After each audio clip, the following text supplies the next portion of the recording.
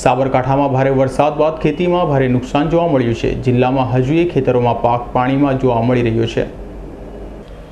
જિલ્લામાં 4 દિવસથી અતિ ભારે વરસાદ વરસ્યો હતો। સમગ્ર જિલ્લામાં પાણી હતું। વધુ વરસાદને લઈ ખેતરોમાં પણ પાણી ભરાયા હતા। વરસાદે વિરામ લીધો, પરંતુ હજી ઠેર ઠેર પાણી ભરાયેલા છે। ખેડૂતોને ગત શિયાળાના રવિ પાકમાં કમોસમી વરસાદે ઘઉંના પાકમાં દાટ વાળ્યો હતો અને પાકમાં નુકસાન થયું હતું। હવે ચોમાસા પાકમાં કપાસ અને મગફળી પણ વરસાદે દાટ વાળતા ખેડૂતો બેહાલ થયા છે। પાણી છેલ્લે 4 દિવસથી પડેલું, એમાં કપાસ ને મગફળી તો ફેલ જ ગઈ અને પાણીને રસ્તા પર પણ પેલા ખાડા ખડિયા થઈ ગયા અને રોડ ઉપર ધનસુરા રોડ ઉપર 3 ફૂટ પાણી ઉપર ચડ્યું છે, એટલે બધો પાક ફેલ ગયો છે। અને પાછળ અગાઉ પણ ઘઉંમાં આ પરિસ્થિતિ ઊભી થઈ હતી પવન વાવાઝોડાના લીધે, તે ઘઉં પાત્રો પડીને અને નિષ્ફળ ગયા છે।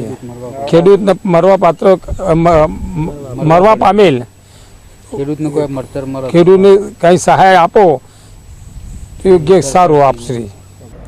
ચોમાસાના વરસાદે ખેતરોમાં પાણી ફરી વળતા નુકસાનને અટકાવવા ભલામણો કરી છે, તો હજુ જિલ્લામાં ખેતીમાં નુકસાનીમાં સર્વે ચાલી રહ્યો છે, જે બાદ નુકસાનીના આંકડા બહાર આવશે। સાબરકાંઠા જિલ્લામાં છેલ્લા 4 દિવસમાં સિઝનનો 92% વરસાદ પૂર્ણ થયેલ છે।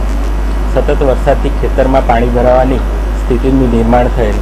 ખેડૂત મિત્રોને મગફળી પર કપાસ પાકમાં રીડોમિલ MZ 30 ml પ્રતિ પંપ દવાનું ડ્રેન્ચિંગ કરવા માટે ભલામણ છે।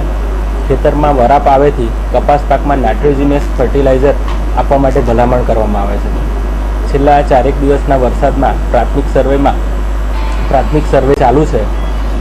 સર્વેમાં આવેથી નુકસાનીનો ખ્યાલ આવશે।